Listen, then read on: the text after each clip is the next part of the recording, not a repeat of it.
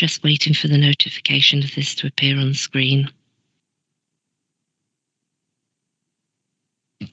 As the meeting is now recording, I will take the sederunt for the Special Housing and Technical Resources Committee on 19th of January 2022.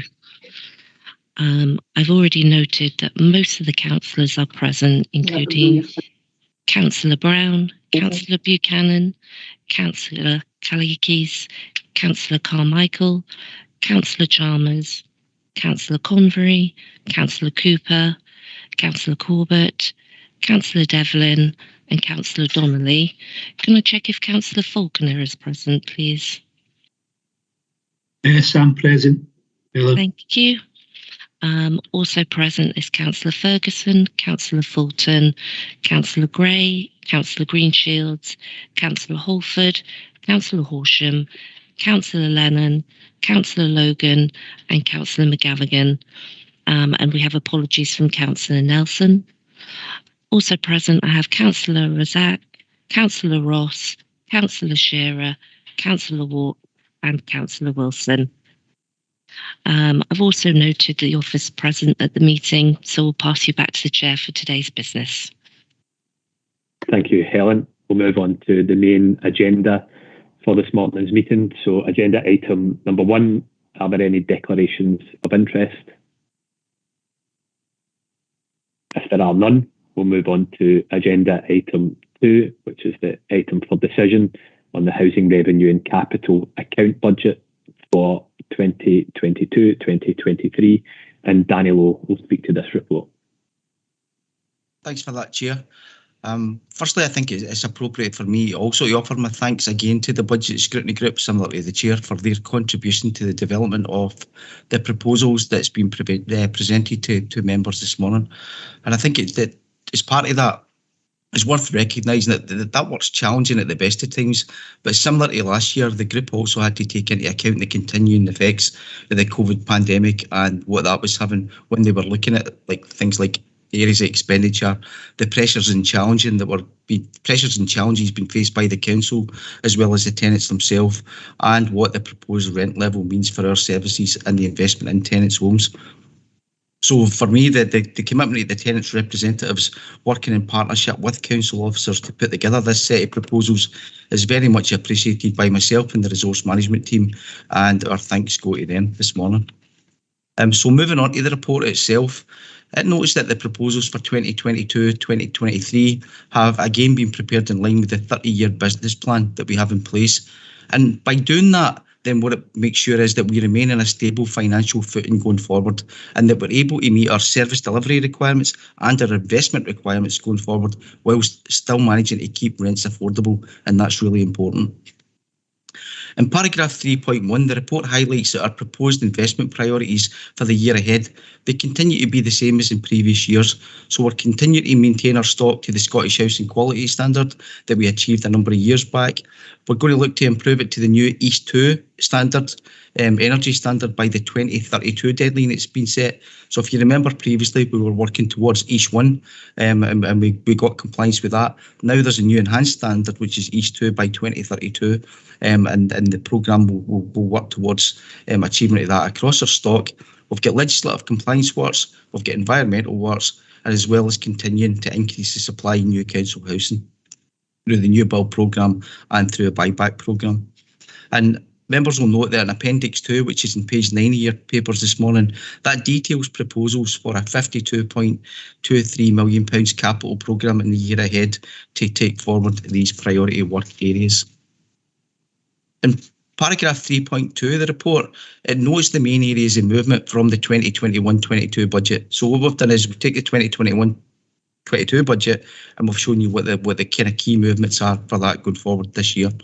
And members will note, firstly, there's been a decrease in supervision and management costs, and that is in the main almost entirely due to the fact that we've been able to reduce bad debt provision to £3.405 million in the year ahead, as opposed to the £6.922 million that we allowed last year. And last year we considered that to be a prudent allowance based on what we knew at the time, and to make sure that we had sufficient budget. But what we know is that given our practical experience over the past couple of years, we now consider, and we've got the data that sits behind this, that £3.405 million is a reasonable and it's a prudent allowance to make in the budget for the year ahead. We've also increased the housing repairs and maintenance budget, and that reflects the increased demand that's been in this service over the past few years, and it makes sure that we get sufficient budget to deal with the demands that are placed on that by tenants when they call in for repairs. Finance and cost loan charges have been increased, and that's just simply due to the nature of the works programmes that are being put forward.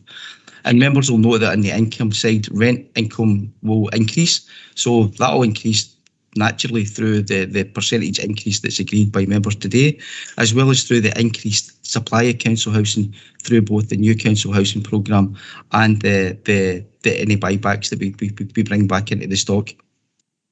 And the final part of that is there's transferring monies previously set aside to reserves, and we set some money aside to reserves from time to time to make sure that we can meet our investment priorities going forward, and that helps us to continue to keep investing and improving the stock whilst keeping the rents at the affordable level that we seek.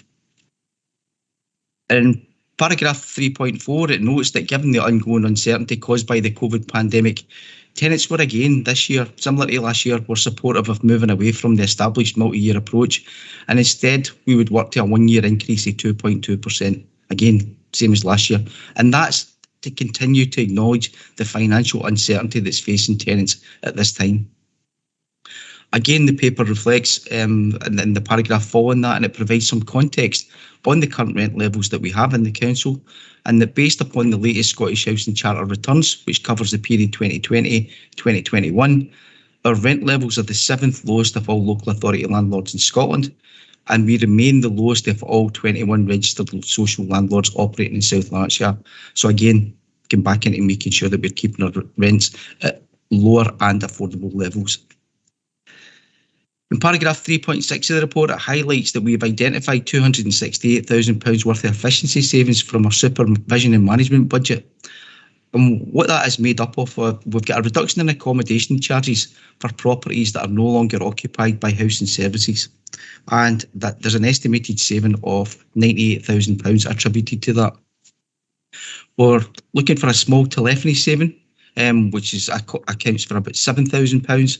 We've got a reduction in support and admin costs, and that's things like reduced printing and postage costs, etc. And that's £15,000 estimate. And finally, similarly, the broader experience across the council, over the past while, we've been experiencing higher staff turnovers than usual. And based on that, there'll be a reduction in our employee costs, and that's just simply due to the gap between a member of staff leaving and us getting a replacement put into place. And we estimate that will contribute £148,000 towards that efficiency saving. So these are the 4 areas that £268,000 will be made up of. In section 4, it again references the proposed investment priorities for the £52.23 million programme that we've got planned for the year ahead, and that's detailed in Appendix 2. And members will note from that particularly the increase in commitment that we've got this year to external fabric repair works, and that's to help us to get the fabric in an even better condition to help us to work towards the new East 2 standards by the 2032 deadline. And that has increased in the budget from £4.6 million last year to £9.8 million this year. And we've also doubled up the environmental works budget, which was about £2 million last year to just over £4 million. So again, trying to show our commitment to making sure that we're continuing to improve our existing stock and the surrounding areas. And Table 1 in page 5 details to members how this programme would be funded if it's approved. In section 5, the report highlights the consultation that's taking place around the budget and rent setting process. And again, this year we've had positive feedback and support from both the Budget Scrutiny Group and the TPCG on the 2.2% 1 year increase that's been proposed. And the increase has been considered to provide good value for money for the tenants whilst allowing us to continue to invest in the stock going forward. And it was stated at the closing event that was held that the proposed increase of 2.2% is fair, and it ensures that rents remain affordable for most tenants. Members will also pick up from that section of the report that we received 1,133 online survey returns, And from that, 46% of the returns supported a rent rise of 2.2%. 68% of the returns considered that they felt that the rent they pay represents good or very good value for money. And 90% agree that the investment priorities that were set in the programme going forward were the right ones. So taking all that into account this morning, committee has been asked to approve that. The proposed rent increase to 2.2% to all council houses, Gypsy Traveller sites, lock-up and garage sites, and the revenue estimate proposals for the HRA, as are detailed in Appendix 1, are endorsed. That based on the rent increase of 2.2%, the 2022-23 Housing Capital Programme of £52.23 million, as detailed in Appendix 2, also be endorsed. And finally, that the recommendations be referred to Executive Committee for endorsement, then to Council for approval. Thanks, Chair. Thank you, Danny. Are there any questions in relation to the report? Yes, Councillor Brown. Yes, thank you very much, Chair. Could I welcome the report, first of all, and say that I've been agitating for some years, as Danny is aware. We have a kind of almost an annual joust or biannual joust, don't we, on the whole question of environmental repairs and fabric repairs in South Lanarkshire. So it's very gratifying to see the increases in the figures there. Two, three comments, if I may. I mean, first of all, I think it would be very useful on the capital estimate. I think I've mentioned this before. If we had actually side by side with it last year's capital estimates by way of comparison, I think it is actually very helpful. However, I've had a look at last year's figures, and as Danny has touched on, we've got a kind of doubling more or less of the figures for external fabric and for environmental work. So I would like very much to welcome those. I wonder if I can ask Danny, if I may, for a little bit more flavour of what sort of works that will go on. As he's aware, I mean, I've made agitation in my own ward about a number of the remaining buildings, if you like, who've got roof and external fabric works to be done, and also particularly Spring Hall about the external environmental problems, which I know are an issue in some other areas as well. And I'd be keen to know if the reality of this is, A, whether we can see increased investment in these things in my area and other areas on that sort of thing, and B, whether we can now move to any kind of timescale for sort of completing the works that are required to bring these sort of elements of things up to standard. We've had a bit of an exchange privately with Danny about that, but I think I'd like to press the point a little bit this morning. Thank you, Councillor Brown. Danny, would you like to respond? Certainly. I mean, we can produce it. We do it for other parts of the paper and put figures from the previous year side by side. There's no issue with that. It's just simply a case of taking it from the previous year's programme that we put forward and noting it aside. If that makes it easier for members, I'm happy to do that. In terms of external fabrics, yep, then we've doubled the budget, so effectively we're doubling the work and we're accelerating our programmes, because we do have the work that we're working towards new energy standards by 2032. So we're committed to going ahead with that. So that will consist of external render programmes and roofing programmes of works. And in terms of environmental, then again, that's doubled in size, and that's very much across all areas, and it's dependent on the works that have been identified, through various surveys and through walk-arounds and the like too. So there's a number of works that are going across it in these areas. And what we'll do, similar to previous years, is that if the programme's approved this morning, we'll make sure that the notifications go out to each of the members shortly in terms of the works that will be carried out in the ward. I think in terms of pressing the button and moving the timescales, to be honest, Councillor Brown, we'll never finish doing this work, because it's a constant programme of surveys and refresh of works programme. So I will never get to the stage where everything will be complete, and what we want to do is get on that rolling cyclical programme of works. So that'll always be the case, but it is a case of just making sure that everything's brought up to standard, and when it is at that standard, it's kept and it's maintained to that standard. So it's about us moving it. And again, if I go back to the figures that we had at the end of December, if I go back to the end of reporting period 9, then our compliance with SHQS at that time, and I think I documented this in the note that I sent through to you just last week, was 93.57%, and the 6% that's not compliant was because of refusals for the work. Similarly, in terms of the East 1 standard, then the council was 94.17% compliant, and again the refusals, the drop from 100%, that was because of refusals. And what we're going to do is to make sure that we are continuing to push forward and improve the stock, and to do that going forward. So it will be a bit like the painting of the Forth Road Bridge. It will be a constant to continue to work our way around the programme. I think I gave you details again in the note that I sent you through of the various areas in your ward and what the forward programme is over the course of the next 5 years, and then that will continue to develop going forward. So hopefully that satisfies you in terms of the commitment that the council's got to continue to want to get their stock, make sure it's kept to a standard, and our continued investment in that. Thank you, Danny. Could I chair ask one other wee supplement? There's really a sort of development of that in a way. I mean, I very much welcome the increases in figures. I mean, this is something I've been pressing for some considerable time, so I think it'll make a big difference. But I wonder, moving forward on that, and Danny rightly makes the point about it's a bit like painting the Forth Bridge. You've got to start all over again after that, haven't you? Just go back to the beginning. But I wonder if we were in the context of that, I'm not sure if this is revenue or capital, moving into a scene where we're doing a proper cyclic maintenance kind of thing of, gutters every so often and repainting every so often, so getting the whole thing into an ongoing cycle, so we're not having to deal with, if you like, major capital works in quite the same way going forward. And I wondered if that was a potential, if you like, gain for the future, given the progress that's been made on this.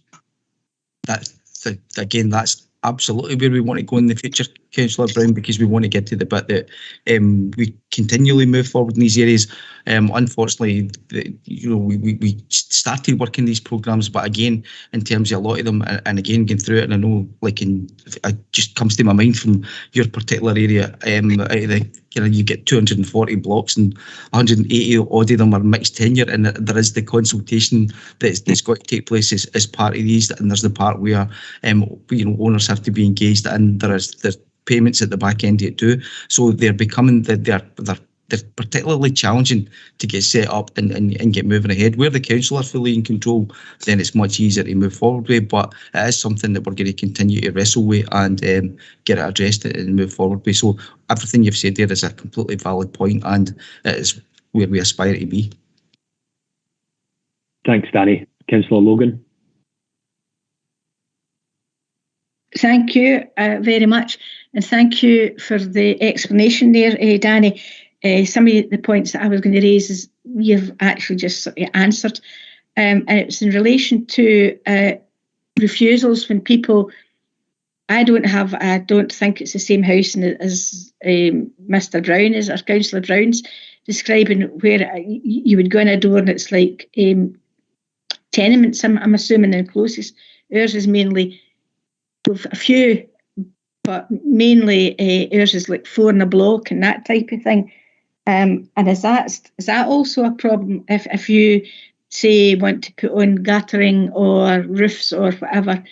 If there's maybe 1 out of the 4 an owner occupier say and they refuse, does that hold up the whole proceedings? Because it's a bit of a challenge for the rest of the people that are there, and also just one. That I actually was just speaking to somebody the other day. If a whole street is getting done and there's 1 block with 4 people who are owner occupiers, is there any? Do we allow them to buy into any of our services if they're willing to pay, the upfront money type of thing? But it's the refusals that's the worry is, and obviously, and I fully appreciate this, and I would never say that we should, but. If owner occupiers will not pay, then it obviously can't come out of council house rents. But is that, say for 4 in a block or whatever, does that then hold up a whole block getting roofs or whatever done if one person will not pay? Thank you. Thanks, Logan. Danny, would you like to respond?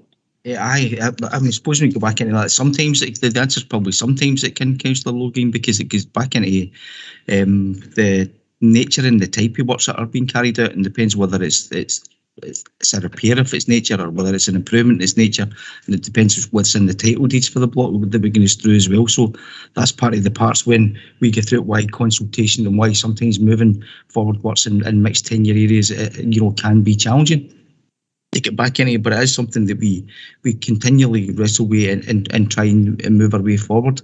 Looking at a lot of even the external fabric works that are getting carried out just now, then there are grants available to owner-occupiers to participate within programmes of works in there.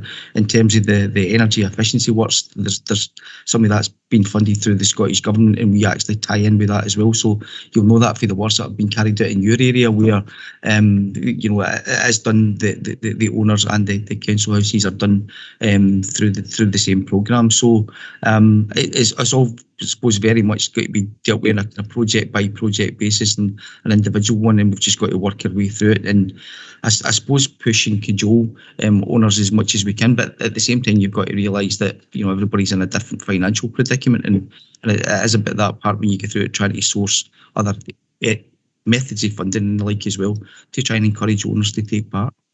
Yeah. Okay, thanks, Danny. Councillor Faulkner.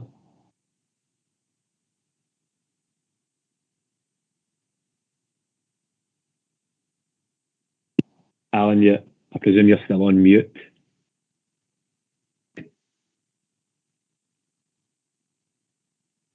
You've muted yourself again, Alan. I see that. Aye, thanks, Chair. Aye, Danny, it's just the top of page 6. The thing was publicised through regular channels. A significant number of responses. How many households are we talking about here? How many houses have we got that are affected by this? We've got a stock just around about 25,000. So we've 25,000 and we've 1,133 surveys completed. Very low percentage. I notice in most of the consultations we do in the council, we have a low percentage, apart from your colleagues in social work who get a 73% return for service users who use daycare. I mean, that's an awful low. Do we contact each household and say, if you want to take part in the survey? I've raised this before. Each household, even when we're sending out the council tax, we tell them consultations, would you like to be consulted? Aye, by mail, by telephone, or by online. And it's an awfully low percentage, 25,000, 1,133. The trick for some of this is and where you go with this is give people the opportunity to participate. So what we're doing is making sure that we've got a broad spread back out there, and that everyone within there.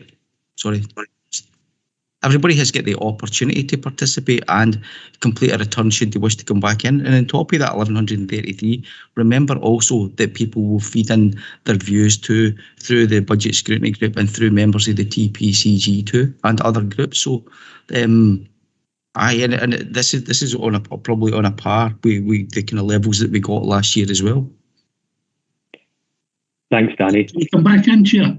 Yes, and Alan, if I could just make a point on that as well. When 5 years ago, when we came into administration, we were getting in the region of 200 responses to the consultation, and in the current climate where it's difficult to engage with folk face to face, I think it's a good progress that we've made since those days, and getting up above 1,000. Obviously, that's an aspiration is to go further, but I think the work that the tenants groups have done along with the housing staff should be welcomed in that front. Okay, I just say on that, it's 0.4% is the number, the 1,133. But in the last few years, we've engaged a community engagement team at a cost of £250,000, which should be into this. I mean, Danny, you're saying people got a chance to contribute. How does somebody know to contribute if they're not online, they don't read the papers you're sending them? Would it not be better sending out a letter to everybody saying, right, every householder's way the council tax sends their consultation, and then if they decide no, which is a right, fair enough, nobody can come back. I just think it's very low, and as I say, if we look at most of the consultations, they're all low, apart from the miraculous daycare service review, which gets 73% service users. Just a point I thought I'd raise. Thank you. Thank you. Alan, are there any further comments from members? If there are none, can we agree the recommendations? Agreed. Agreed. Thank you. There are no further urgent items of business. But before we close today's meeting, and as it is his last Housing Committee before he departs, I'd like to take the opportunity to thank Frank McCafferty for his service over the past 19 years to the Council. Frank started his career here in 2003 as a project manager, and he played a lead role in the successful delivery of the school modernisation programme.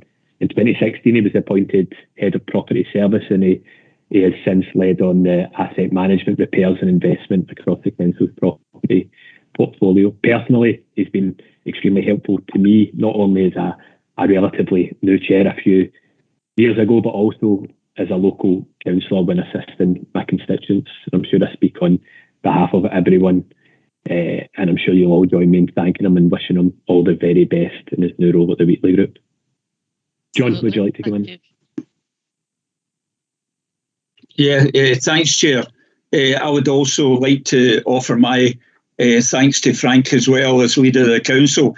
He's done a marvellous job, and you know, it's not often you hear councillors refer to someone as a go-to person. The number of people that have come to me since they've known that Frank has given up his position and said, "Oh, who are we going to go to now?"